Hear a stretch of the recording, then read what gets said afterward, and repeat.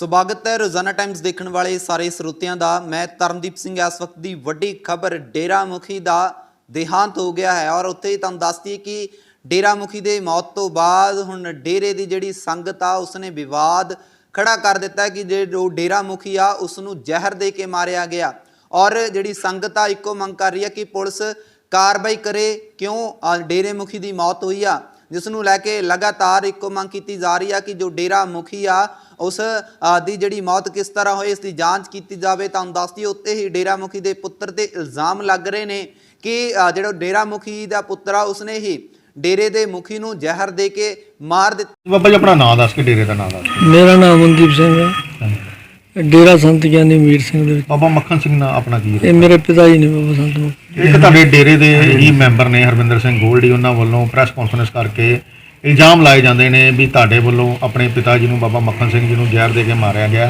ते उन्हां दे कमरे दे समान दे विचों चोरी की गई। की सच्चाई की है सारा मामला? कमरे के समान दे विच तां तुसीं आप ही देख लो भी चाबी उहदी मेरे कोले हैगी है। 4 महीने तो 3-4 महीने तो मैं इत्थे ही रह रहा बाबा जी कोले ना। चाबी उहदी मेरे कोले हैगी है। ये अज सुबह पहुंचिया हैगा इत्थे। तुसीं मैनूं दसो भी अद्धे घंटे दे विच इहने प्रैस कानफ्रेंस कर लई तुहाडे कोले जा के। चाबी इहने मेरे को कमरे की लई नहीं। इहनूं किस तरह पता लग गया भी उत्थे चोरी हो गई है ना कमरे दे विच? ये सब बेबुनियाद गल्लां हैगियां। सिर्फ ये हैगा भी तुहानूं मैं दिखा दिंदा इहनूं बाबा जी ने बेदखल करता सीगा प्रॉपर्टी तो। ये तुसीं देख सकदे हो ते कौन तो तुहानूं मैं कापियां भी दे देंगा इहदियां। ये बाबा जी ने बेदखल करता है, नोटरी तो टेस्ट कराया होया है। देखो जो जहर देने की गल की जा रही बार बार जहर तुसीं मैनूं दसो भी फॉरेस्ट हॉस्पिटल दे विच जाके आदमी कौन जहर दे सकदा? सुबह बाबा जी डॉक्टर HP सिंह के कोले गए है और डॉक्टर HP सिंह ने ये गल कही सी। पहला उन्हें मैडिसन लिखती बाबा जी तुसीं मैडिसन ले लो, तुसीं जा सकते हो डेरे। पर फिर वो कहते बाबा जी जे तुसीं 2-3 दिन दाखिल हो जाओ हॉस्पिटल तो ठीक है। असीं फॉरेस्ट हॉस्पिटल चले गए ना। हुण सुबह असीं जाके एडमिट होंगे। उस तो बाद मैं फोन कॉलां कीतियां हैगियां तकरीबन 10:30 बजे तो ला के ते मेरा ख्याल है 5-6 बार मैं फोन कॉल की हैगी है। उत्थे फोन कॉल की। क्यों इल्जाम लाए जा रहे? मेरे ते इल्जाम इस करके लिजाए जा रहे है क्योंकि मैं हुण डेरे दे विच इत्थे वापस आ गया सी। बस इहनूं ये हैगा भी इहनूं हुण इत्थों दी डेरे दी मानती जिहड़ी हैगी है भी ये दे देणगे, डेबा बाई दे देणगे डेरे दी मानती। सिर्फ इस करके जिहड़े है बेबुनियाद इल्जाम लगा रहे। उन्हां लोग कहा जा रहा भी बाबा जी दे दा जिहड़ा पोस्टमार्टम करवाना चाहिए है, जिहड़ी असली गल सामने आवे। ये गल सुबह भी ये गल इत्थे पुलिस आई सी, उन्होंने भी ये गल कही सी भी इत्थे किसी दी जहर खा के डेथ होई हैगी है। पर असीं उन्होंने ये गल कही सीगी भी इत्थे जिहड़ी बाबा जी नैचुरल डेथ होई हैगी है, असीं हॉस्पिटल दे विचों लैके आए डेड बॉडी फॉरेस्ट हॉस्पिटल दे विचों। बाकी गल जिहड़ी वो हैगी है ये कह रहा हैगा भी जहर दे के अपना भी बाबा जी नूं जहर दित्ता हैगा। हुण तुसीं देखो फॉरेस्ट हॉस्पिटल दे विच जाके कौन जहर दे सकदा? तुसीं आप ये गल तो सियाणे। ਹੁਣ ਜਦੋਂ ਇਹ ਜਿਹੀ ਖਬਰਾਂ ਲੱਗਦੀਆਂ ਡੇਰੇ ਦੇ ਨਾਂ ਦੇ ਉੱਪਰ ਸੰਗਤਾਂ ਦੀ ਭਾਵਨਾਵਾਂ ਆਹਤ ਹੁੰਦੀਆਂ ਵਾ, ਸੰਗਤਾਂ ਨੂੰ ਅਪੀਲ ਕੀ ਕਰਨਾ ਚਾਹੁੰਦੇ? मैं संगतां नूं ਇਹ अपील करना चाहुंदा भी ये सारी संगत नूं गुमराह कर रहा। सिर्फ एक जमीन की खातर जिहड़ी इहदे नां ते जमीन लैके दित्ती बाबा जी ने, वो जमीन नहीं बेचना चाहता है। बस वो जमीन के लिए बेईमान हो गया। बस यही है। हाँ बस प्रॉपर्टी खुर्द फुर्द करनी चाहता मेरे नां ते प्रॉपर्टी जिहड़ी हैगी है भी वो मैं ना देवां। बस यही कारण है। ओके हाँ जी भाजी अपना नाम दस के डेरे का नाम दस के। मेरा छोटा नाम विक्की है, रविंदर वीर सिंह अरोड़ा ते बाबा जी का बच्चा ही है मैं। ते बाबा जी की जो 1.5 महीना पहला तबीयत खराब हुई सी ते बाबा जी ने मैंने फ़ोन करके बुलाया कि मेरी तबीयत ठीक नहीं गई, तो तू आ जा फटाफट आ जा। तो उस टाइम तो इत्थे बाबा जी को डेरे के बच्चे ही सीगे ते राजस्थान का एक सिंह सीगा कोल, ते वो अपने वालों पूरा वाह लगा रहे सीगे, सेवा कर रहे सीगे उन्हां दी मतलब। पर उस टाइम तो उन्हां दी तबीयत बहुत ज़्यादा खराब होने करके मैं जो पहुंचा तो बहुत ज़्यादा उन्होंने पेन हो रही सी। तो दवाई भी लै चुके सी 2 बारी वो हार्ट की सॉबिटेट, पर प्रॉब्लम सॉर्ट आउट नहीं सी हो रही उस भी। फिर मैं बाबा जी ने रिक्वेस्ट की बाबा जी कि असी मतलब रिस्क नहीं लै सकते, मतलब क्रिटिकल प्रॉब्लम है तो आप हॉस्पिटल चल पैने। फिर असी वो डॉक्टर साहब ने फोन किया जिहड़े उन्हों का ऑलरेडी ट्रीटमेंट करते सी डॉक्टर HP सिंह, तो वो किसी कारण फोन अटेंड नहीं कर पाए। फिर उन्होंने सामने डॉक्टर AP सिंह है उन्होंने घर चले गए। उन्होंने पूछा तो उन्होंने डॉक्टर साहब नाल गल की। डॉक्टर साहब हॉस्पिटल ही है, उन्हों का हॉस्पिटल है इत्थे AP हॉस्पिटल अजीत नगर। तो असी फिर उत्थे चले गए। उन्होंने कहा तुसीं उत्थे आ जाओ इमीजिएटली। तो जदों असी रात को उत्थे पहुंचे तो डॉक्टर साहब ने जांदे अटेंड कर लिया।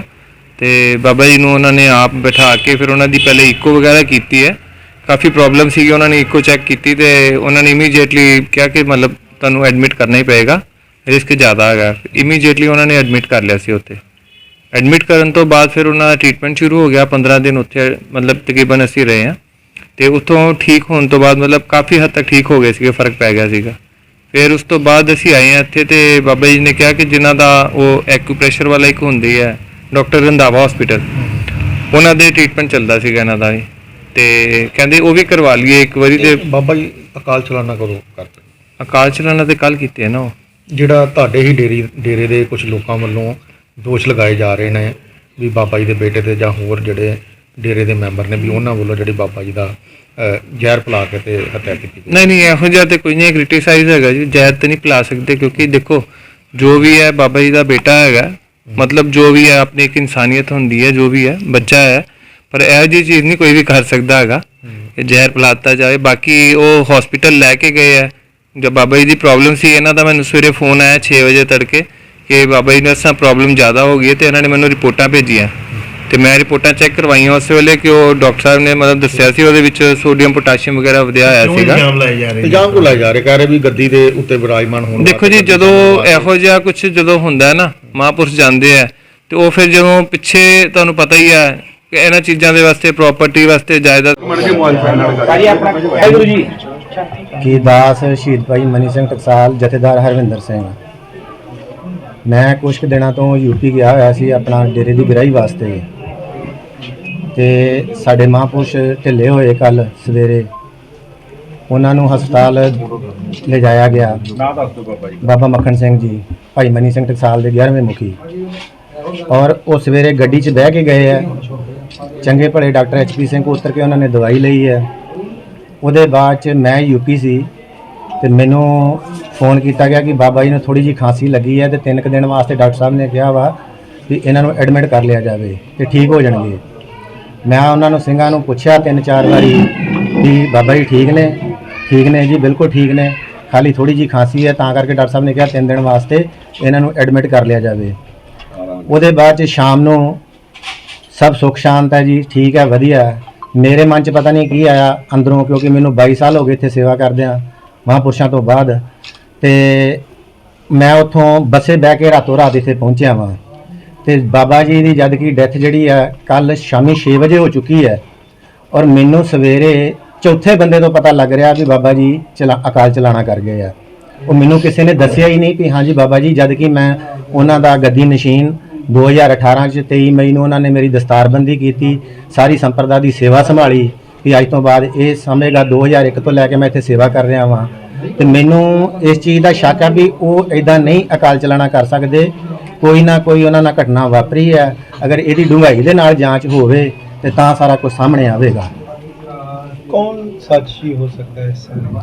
ਵੇਖੋ ਜੀ, ਉਹਨਾਂ ਦਾ ਪਰਿਵਾਰ ਵੀ ਜਿਹੜਾ ਆ 22 ਸਾਲ ਇੱਥੇ ਮੈਂ ਨਹੀਂ ਉਹਨਾਂ ਨੂੰ ਵੇਖਿਆ, 2001 ਤੋਂ ਲੈ ਕੇ ਹੁਣ ਪਿਛਲੇ ਮਹੀਨੇ ਤੋਂ ਇੱਕ 15 ਕੁ ਦਿਨ ਤੋਂ ਇੱਥੇ ਜਦੋਂ ਮੈਂ ਸੇਵਾ ਤੇ ਗਿਆ, ਮਗਰ ਉਹਨਾਂ ਦਾ ਬੇਟਾ ਆਇਆ ਵਾ, ਠੀਕ ਹੈ ਜੀ, ਹੋਰ 1-2 ਸਿੰਘ ਜਿਹੜੇ ਅਮਨਦੀਪ ਸਿੰਘ, ਹਾਂਜੀ, ਤੇ ਉਹੋ ਹੀ ਆਪਣਾ ਇਹਨਾਂ ਨੂੰ ਦਵਾਈ ਦਿੰਦਾ ਰਿਹਾ। ਔਰ ਮੇਰੀ ਮਤਲਬ ਜਿੱਥੋਂ ਤੱਕ ਜੇ ਕਿਤੇ ਵਾਕਈ ਉਹਨਾਂ ਦਾ ਪੋਸਟਮਾਰਟਮ ਹੋਵੇ ਤੇ ਸਾਰਾ ਜਿਹੜਾ ਝੂਠ ਦਾ ਝੂਠ, ਸੱਚ ਦਾ ਸੱਚ ਸਾਹਮਣੇ ਆ ਜਾਵੇ।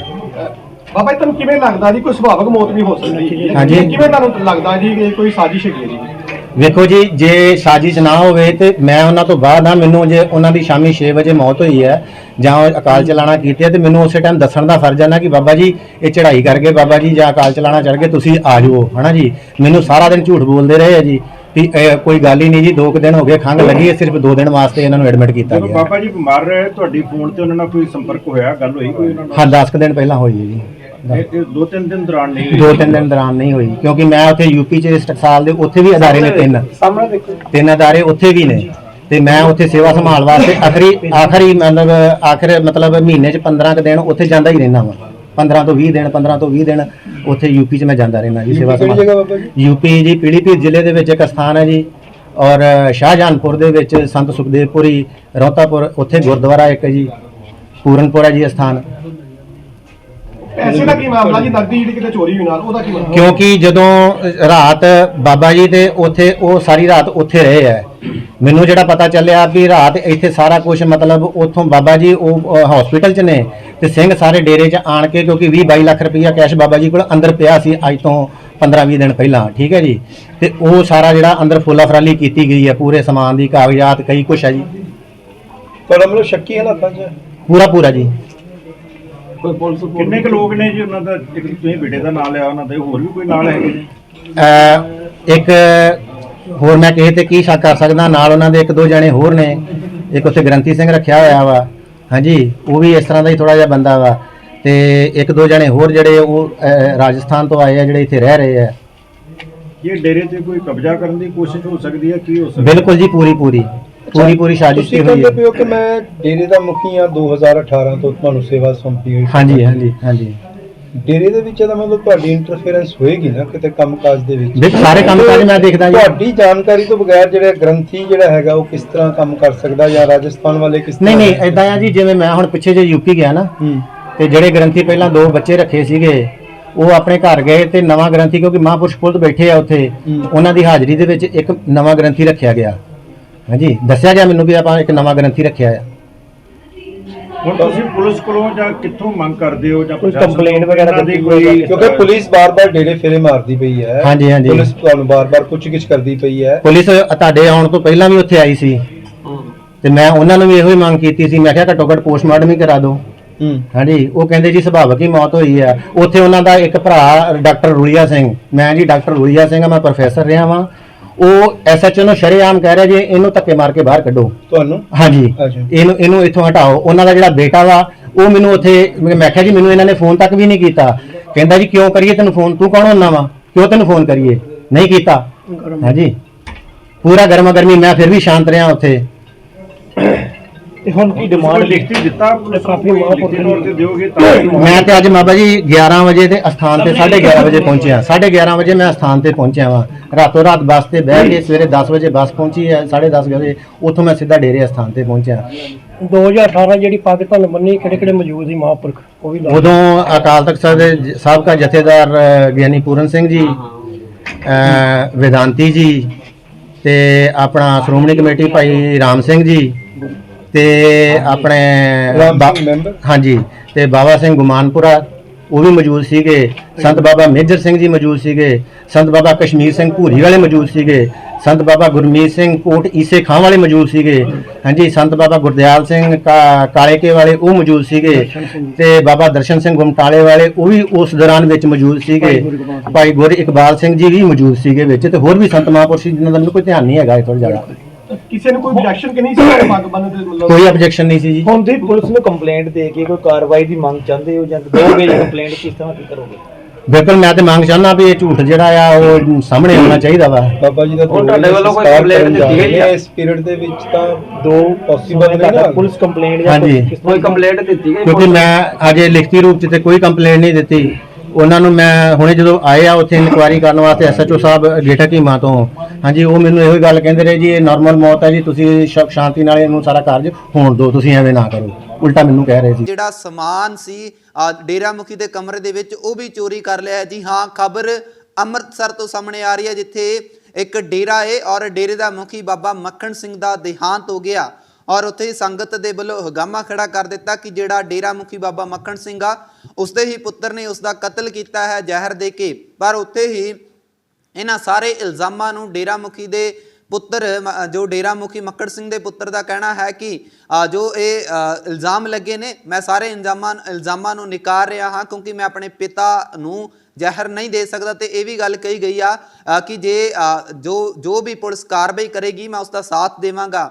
ਅਤੇ ਸੰਗਤ ਨੂੰ ਵੀ ਇਹ ਅਪੀਲ ਕਰ ਰਿਹਾ ਹੈ ਜੋ ਡੇਰਾ ਮੁਖੀ ਦਾ ਪੁੱਤਰ ਕਿ ਅਜਿਹੀਆਂ ਜਿਹੜੀਆਂ ਅਫਵਾਹਾਂ ਨੇ ਔਰ ਅਜਿਹੇ ਇਲਜ਼ਾਮ ਮੇਰੇ ਤੇ ਨਾ ਲਗਾਏ ਜਾਣ, ਕਿਉਂਕਿ ਜੋ ਡੇਰਾ ਮੁਖੀ ਮੱਖਣ ਸਿੰਘ ਆ ਬਾਬਾ, ਉਹ ਮੇਰੇ ਨਾਲ ਕਈ ਚਿਰਾਂ ਤੋਂ ਰਹਿ ਰਿਹਾ ਹੈ। ਇਸ ਤਰ੍ਹਾਂ ਦੇ ਇਲਜ਼ਾਮ ਤੋਂ ਨਕਾਰ ਦਿੱਤਾ ਹੈ ਡੇਰਾ ਮੁਖੀ ਬਾਬਾ ਮੱਖਣ ਸਿੰਘ ਦੇ ਪੁੱਤਰ ਨੇ। ਪਰ ਉੱਤੇ ਹੀ ਸੰਗਤ ਦੇ ਵੱਲੋਂ ਪ੍ਰੈਸ ਕਾਨਫਰੰਸ ਕੀਤੀ ਗਈ ਆ ਤੇ ਇਹ ਇਲਜ਼ਾਮ ਲਗਾਏ ਗਏ ਨੇ ਕਿ ਅਸੀਂ ਤਦ ਤੱਕ ਸੰਸਕਾਰ ਨਹੀਂ ਕਰਾਂਗੇ ਪੁਲਿਸ ਨੂੰ ਕਾਰਵਾਈ ਕਰਨ ਦੀ ਮੰਗ ਕੀਤੀ ਜਾ ਰਹੀ ਹੈ ਕਿ ਜਦ ਤੱਕ ਜੋ ਇਲਜ਼ਾਮ ਲੱਗੇ ਨੇ ਜਾਂ ਜਾਂਚ ਕੀਤੀ ਜਾਵੇ ਕਿਉਂ ਜੋ ਡੇਰਾ ਮੁਖੀ ਬਾਬਾ ਮੱਖਣ ਸਿੰਘ ਦਾ ਕਤਲ ਹੋਇਆ ਜਾਂ ਕਿਸ ਤਰ੍ਹਾਂ ਮੌਤ ਹੋਈ ਉਸ ਦੀ ਜਾਂਚ ਕੀਤੀ ਜਾਵੇ। ਉੱਤੇ ਹੀ ਤੁਹਾਨੂੰ ਦੱਸ ਦਈਏ ਪ੍ਰਾਪਤ ਕਰਦੇ ਹੋਏ ਬਾਬਾ ਮੱਖਣ ਸਿੰਘ ਦੇ ਪੁੱਤਰ ਅਮਰਿੰਦਰ ਸਿੰਘ ਦਾ ਕਹਿਣਾ ਹੈ ਕਿ ਜੋ ਸੰਗਤ ਮੇਰੇ ਤੇ ਇਲਜ਼ਾਮ ਲਗਾ ਰਹੀ ਆ ਉਹ ਸਾਰੇ ਝੂਠੇ ਹਨ, ਕਿਉਂਕਿ ਮੈਂ ਕਈ ਚਿਰਾਂ ਤੋਂ ਇੱਥੇ ਡੇਰੇ ਵਿੱਚ ਹੀ ਰਹਿ ਰਿਹਾ ਹਾਂ ਔਰ ਜਿਹੜੀ ਸੰਗਤ ਆ ਉਹ ਕਿਸੇ ਹੋਰ ਅਹੁਦੇਦਾਰ ਨੂੰ ਗੱਦੀ ਦੇਣਾ ਚਾਹੁੰਦੀ ਹੈ, ਪਰ ਜੋ ਬਾਬਾ ਮੱਖਣ ਸਿੰਘ ਸੀ ਉਹ ਗੱਦੀ ਮੈਨੂੰ ਦੇ ਕੇ ਗਏ ਨੇ। ਹੁਣ ਗੱਦੀ ਦਾ ਰੌਲਾ ਹੈ ਜਿਸ ਨੂੰ ਦੇਖਦੇ ਹੋਏ ਲਗਾਤਾਰ